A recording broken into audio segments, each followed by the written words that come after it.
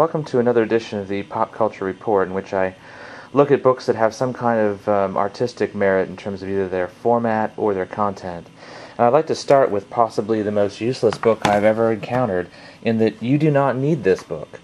This book, Superheroes, Fashion and Fantasy, has an introduction by Michael Chabon, which is great, but in terms of the actual book, which is from the Yale Review Press, or Yale University Press, and comes with this metallic cover, which is awesome. It really does, after the introduction, become relatively, well, you can see. I don't think anyone really needs that, as beautiful as it might be. So, if you've got a ton of extra money and you've just won the lottery, you might pick this up. Otherwise, I'm saying probably not. So, but there you go, look at that one. Next is a book that I really like quite a bit. It's a children's book, The Travels of Thelonious, this talking chipmunk after an apocalyptic event that has killed off all the humans. And it varies between the graphic novel component and chapters that are mostly text, which works very, very well. And it's just a beautiful little package. Really nice placement on the boards there. A really fun book that came in recently is, I'm not going to even try to pronounce this, but it's Dr. Broadmore's Contrapolatronic Dingus Directory by Greg Broadmore, who both wrote it and illustrated it. And if you like ray guns, this really is your thing. As you can see here.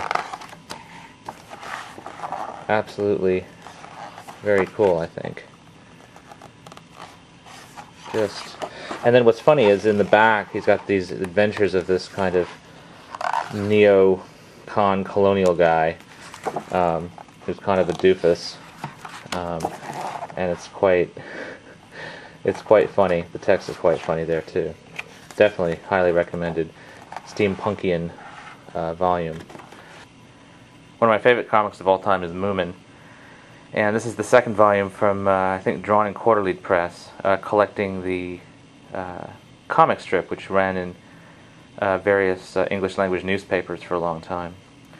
And again, really nice packaging, and also, well, I mean, it's just a classic. All kinds of weird critters doing weird things, the Moomin trolls themselves, and their antics. And there's usually a quality of innocence to these, but also kind of a sharp quality underneath that. It's really hard to describe because they're kind of earnest and yet wisely cynical in the same, sometimes in the same panel. So nice end papers, as you can see. So, and then also here we have what I can only describe as pure eye candy. There's really, again, it's a book that, I mean, there's words, but really what this is eye candy. And you can kind of see that. And there's nothing wrong with that. I object to reviews of the Out of the Picture series, which this is part of, that object to the fact that the storytelling isn't up to par sometimes, because I really don't think that's the point of this series. But it is an absolutely gorgeous book.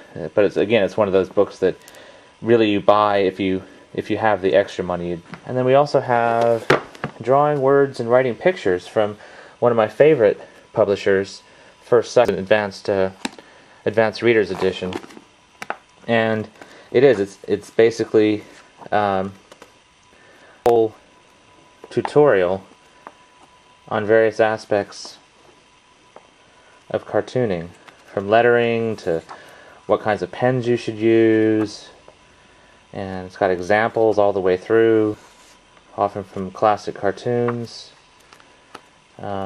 Just perfectly laid out for anyone who is interested in creating comics and wants some kind of tutorial.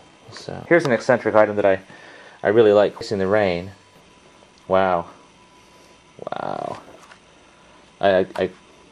It's wow. And there's some nice essay work in here too. So, but I mean, these are just amazing photographs.